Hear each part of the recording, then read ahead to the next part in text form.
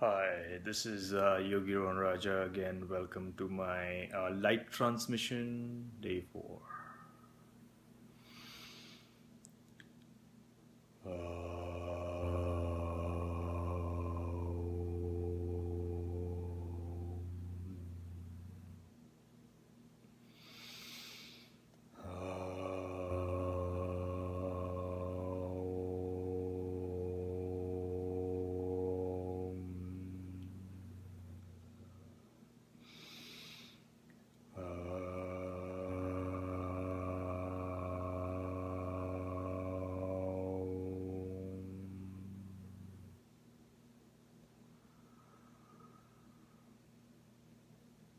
Welcome. This light transmission has happened and has been happening for the last 4 days. In this light transmission, as we are transmitting, we also recognize that we are bringing in different modalities and possibilities that we can create on this planet to actually create life that we desire. The life that we desire is very abundant. We need to come into this life form and make things happen in such a way that we provide peace, love, prosperity to everybody that is around you, with you, in you, outside you, and everybody in your inner outer circle.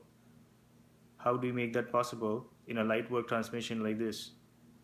Yesterday, I was on the third day of the light transmission. I had an appearance from a sage out of nowhere. He joined me for this conversation. Check out that video in your page. If you haven't, the Lightworker page, if you have seen that video yesterday, you would have known. A sage was here yesterday and he blessed the whole process. This process of light work transmission has been blessed. He was an 84-year-old man who is living now only on milk and few rice and few other things.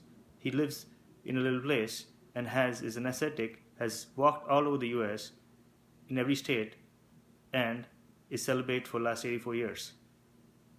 He is a sage that appeared yesterday, and now we have realized that this guy has blessed our process of transmission.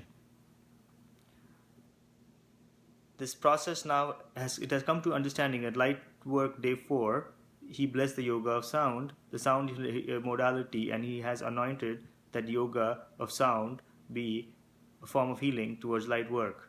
Light work is bringing the enlightening process, not just light. Light is light, but enlightening is also raising the frequency of the planet.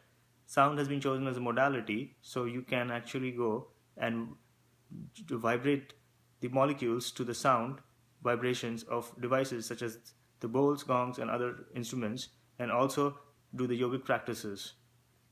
The yogic practices permit the use of gongs because they also understood frequencies that they work with your system that actually move through your body in form of like the kundalini as an example. There are also other various molecular neural network transmissions happening in your body. These neural network transmissions can be brought into a sinusoidal wave through the sound vibrations of instruments such as the bowls, the gongs, and other sound healing instruments. When they ride with the mantras that occupy the mantras, the sacred vibrations that were downloaded by the yogis, when these mantras are used to put intention into the devices that are out there, into the sound healing instruments, the ancient instruments, and the new instruments that are out there, frequency can be generated and the frequency can be encoded with certain sound vibrations that can actually bring enhancement to the being. And this enhancement process of bringing light transmission to your body is making everything in a sinusoidal, smooth, continuous waveform so that the sacred geometry of your each cellular structure is symmetrical. Once that is symmetrical, you are in balance with and harmony with nature, and also in balance and harmony with yourself, your inner being. That is a light worker automatically. So, in order to do this, we need to also realize that we have to always be present. When you're present in life, you're present in sound. When you listen, listening is the process of sound healing. When you listen through your ears, the inner voice, the sound between your ears, that is what actually causes the healing effect, and that is the center sound that you find within the vastness of silence. When you're sitting in a car,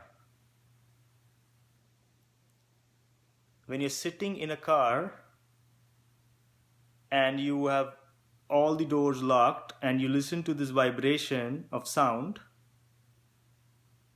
this vibration that you see, that is the inner voice. That is a vibration that you may not actually understand, but the ancient meditation techniques, the Buddhist meditation techniques have all taught you that this is the sound frequency, sound vibration. That is the healing sound effect, the collective, the averaged out sound effect that you can hear between your ears. That is the message from the universe. When you're doing sound healing, each molecular structure of your being can vibrate to a certain frequency where a sinusoidal wave with all the characteristics of an exponential or a exponentially accelerating or an exponentially decelerating sinusoidal wave can be formed. The Fibonacci series is also a good example. The Fibonacci series is a good example because the Fibonacci series forms a golden ratio. It's a part of the golden ratio 1.618, and this ratio is what these sound vibrations use to propagate themselves in spirals like the Fibonacci series. So the spirals accelerating and decelerating at 432 frequency, which is being used, but also you have to realize 432 is 108 into 4. Now what is 108? Ask yourself what is 108 and you will realize 108 is the frequency that we use. 108 is the frequency frequency number. 108 is a very significant number in ancient traditions. We have been doing this research on sound healing for years now, and we have realized that for centuries, for time immemorial, sound healing has been used as a very legitimate way of healing. So we can heal with these instruments in rooms where we can use the modality of sound to actually vibrate to a higher frequency. And that, my dear friends, is an enlightening process. Enlightening process is what you need to be on, not only because you choose to be, because your being chooses sound as the modality to vibrate on. That is why the yoga of sound, or the union to the source through the sound, happens.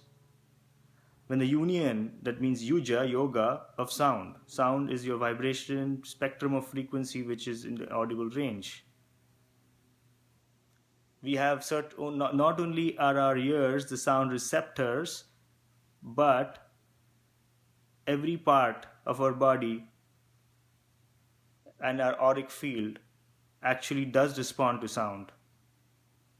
The auric field, if you take the chakras, have different frequency vibrations, and so this being is formed on the physical three-dimensional space. In the physical three-dimensional space, as this being is formed, if the chakras are at frequencies that are higher than light frequencies, then they also ought to vibrate at lower frequencies at some point. And that is light work. So as we progress in this day and age, all the vibrations of the other frequency, the technology that we have created to create artificial vibrations through crystals oscillating at a certain frequency and sending electromagnetic waves all over the place. Once we are sending all this information all over the place, our being does not know how to respond to all this electromagnetic information which is all over us through cell phones, through wires running around, electric cables, and all other technology that we have created. So to bring the being to a frequency which is an optimal minimal frequency, the optimal minimal frequency that will keep somebody at balanced state, is something you can easily achieve. Just take an example, go to the ocean and meditate on the ocean water, sound of the ocean waves. Meditate near the ocean water or the sound of the waves, and you will understand why this frequency is a natural frequency that we should be resonating with. If you're resonating at any other frequency, it might cause disturbance. The human being has the tendency to switch frequencies and thus cause different states of existence. Thus now we realize that if we can change states with different frequencies, we can also use modalities to correct them, and that is why we use sound healing. That is why we use ancient instruments, which is also technology, but they're simpler technologies to compete or to counter attack the vibrational frequencies that are out there from cell phone towers, from electric cables, from everything that's around.